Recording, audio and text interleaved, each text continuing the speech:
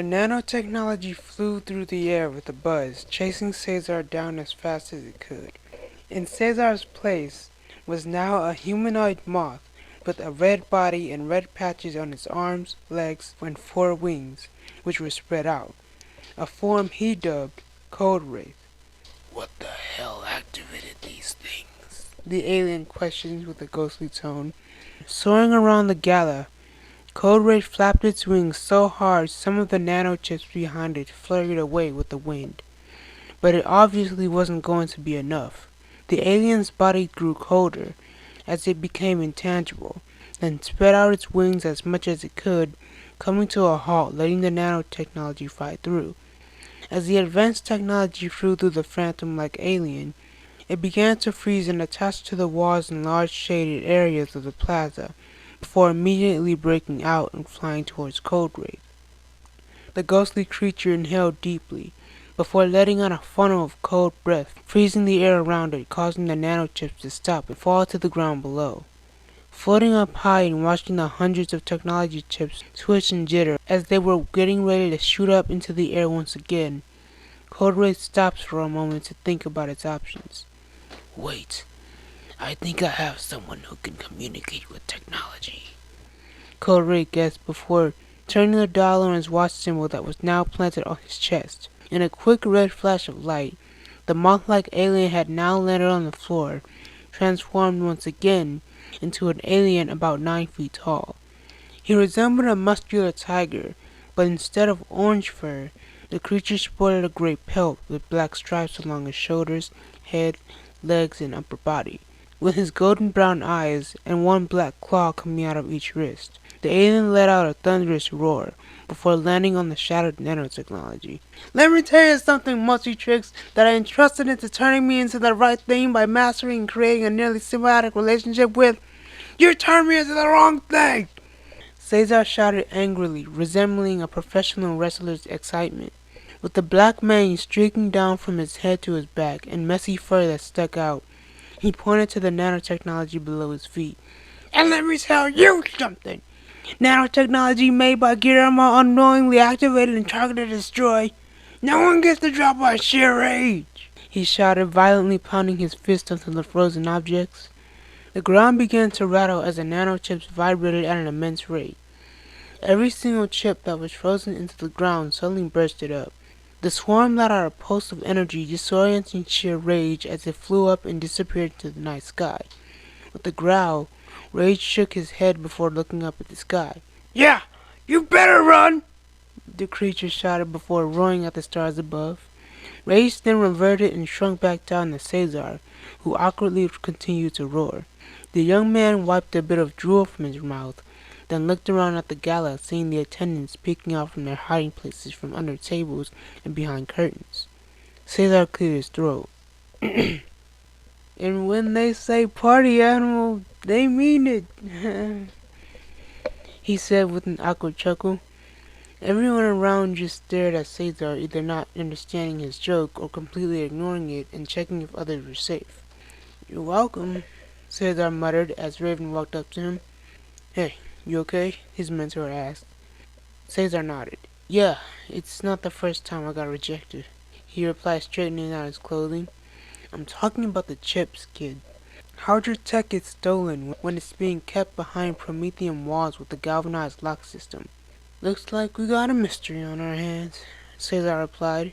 Hey, you think we can take some food home? Walking into Cesar's office the next day, Yuri opened the door wearing slim black fabric like armor with a leather jacket over it. Cesar, did you? She paused mid-sentence, seeing an alien in minty-colored skin, upside down with slick black hair and an English mustache, a black and red jumpsuit with a stripe on it. There were blue energy orbs protruding from the sides of his legs and arms as he floated around the room with his arms crossed. She then quickly realized it was Cesar by the multi-trick symbol on his left pectoral. What are you doing? She questioned, walking further into the office. New alien, Cesar replied, giving off a gentleman's vibe as his body twirled around in the air. I'm thinking about calling this one Anti-Gravitesla. Tesla for short. Sounds irritating. What are you doing here? I thought you had work, Cesar said before floating up towards the ceiling and bumping his head into the light. I am at work. Kate assigned me to keep watch of you. She thinks someone might be targeting you. The alien raised an eyebrow. I don't need protecting. I protect. I'm anti-gravity Tesla, he replied, placing his hands on his hips heroically. His friend sighed. Yeah, that's gonna get annoying real fast, she muttered before watching Tesla lose the small grip he had on his powers and fall to the floor. Kate then walked into the office with Raven behind her, seeing Cesar in alien form. What are you doing? What is he doing? Raven went over to the desk and leaned against it. New alien, Yuri and Cesar replied. The shapeshifter lifted up his finger while his face was planted on the carpet. Anti-gravity. Cesar, I know it's hard, but please just be focused for at least 1 minute, Raven said. I am focused. His power suddenly went out of control again, causing him to instantly shoot up to the ceiling.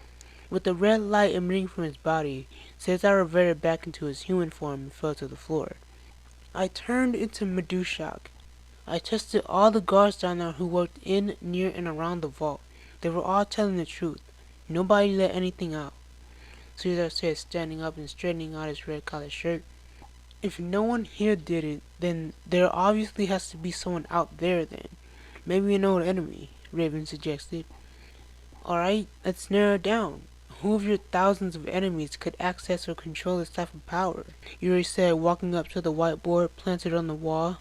She then grabbed the nearest black marker and began writing down names. What about Ragnarok? She asked. Jailed, Cesar replied. Okay, then where's Animo? Haven't seen him in a while. Rehab. Vilgax? Raven asked, chiming in. Cesar sighed. Dead.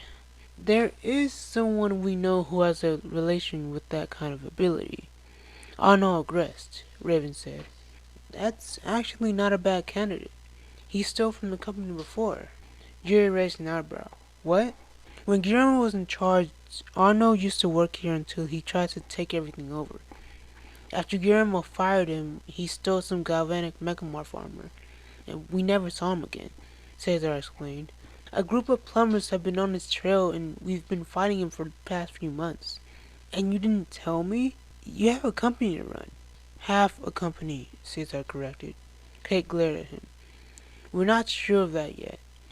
Those words made Cesar think to himself about the future of the company. Where's Arno now? We'll have to meet with the team at headquarters to check on his status, Kate replied. I'm coming too, Cesar said, chiming in. Kate looked over at Raven. The man nodded.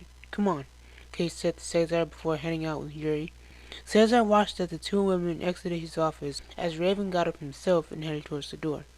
Hey, I wanted to talk to you about us sharing the company, he said. Do you think it could wait? I have a meeting in a few minutes. Yeah, Cesar replied before watching the man step out. The boy suddenly felt a pinch in the back of his neck. He reached behind his neck and beneath his collar, feeling a small diamond metal-like object before holding it in front of him, seeing a nanochip. Holding the small device in his hand, the hero began to wonder. How did it get in a pair of clothes that were completely different from what he wore before?